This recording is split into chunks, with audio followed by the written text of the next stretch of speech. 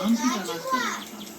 मुझे आज भी कोई काम नहीं मिला, कोई भी मुझे काम नहीं देता, व्यापार मुझे आता नहीं, क्या करूं?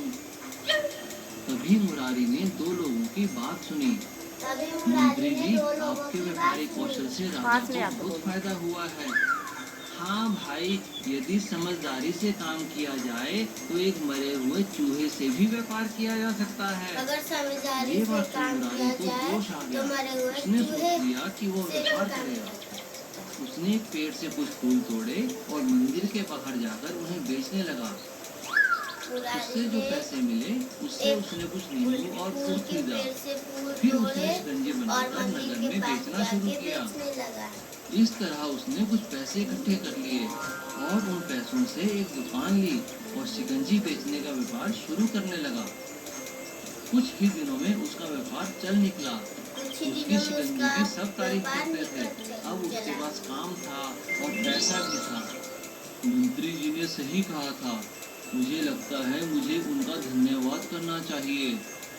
उसने एक सोने का चूहा खरीदा और मंत्री जी के पास गया और मंत्री जी से बोला, मंत्री जी, आज आप ही की वजह से मैं कामयाब हो पाया हूँ। मैं आपको अपना गुरु मानता हूँ।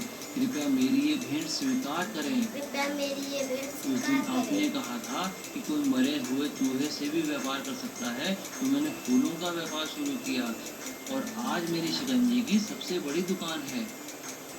मुझे खुशी है कि तुमने अपना काम किया और अच्छे से किया। आज से राजा के महल में तुम ही शिकंजी बेचोगे। और अच्छे से किया। शुक्रिया मंत्री जी। सीख, मेहनत, लगन और समझदारी से कुछ भी किया जा सकता है। चांदनगर में प्रेम नाम का एक आदमी रहता था। उसके पास एक ट्रैक्टर था। प्रेम दिल का और व्यवहार का बहुत अच्छा इंसान था। वह हमेशा कायदे और कानून का पालन करता और ईमानदारी से काम करता था। उसके इसी व्यवहार से सभी लोग उससे खुश रहते थे। एक दिन एक फैक्ट्री का मालिक उससे बोलता है, देखो प्रेम, तुम्हारे काम से खुश होकर मैं तुम्हें अपनी फैक्ट्री से सामान लाने और ले जाने का काम सौंप रहा हूँ।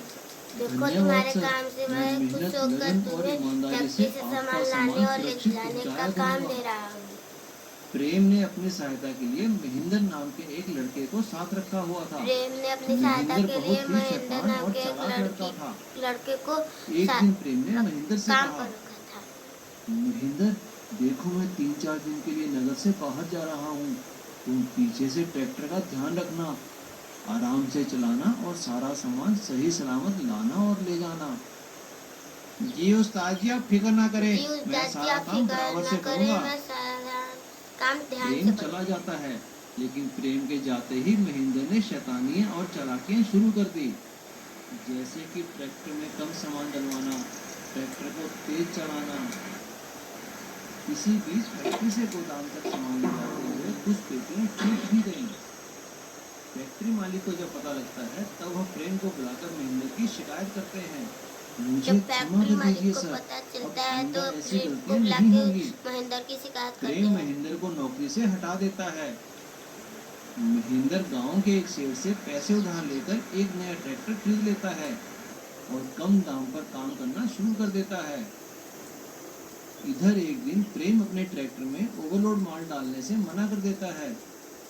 तब फैक्ट्री मालिक प्रेम से कहता है, देखो प्रेम, तुम्हें जितना माल कहा जाए उतना ले जाओ, हम तुम्हें इसके पैसे देंगे।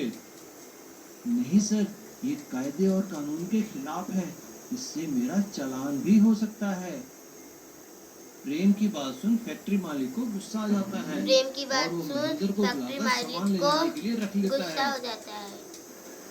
एक दिन महेंद्र जब ओवरलोड ट्रैक्टर लेकर जा रहा था, तभी अचानक पुलिस उसे रोकती है। वो पुलिस से बचने के लिए ट्रैक्टर को तेजी से मोड़ता है। ट्रैक्टर पलट जाता है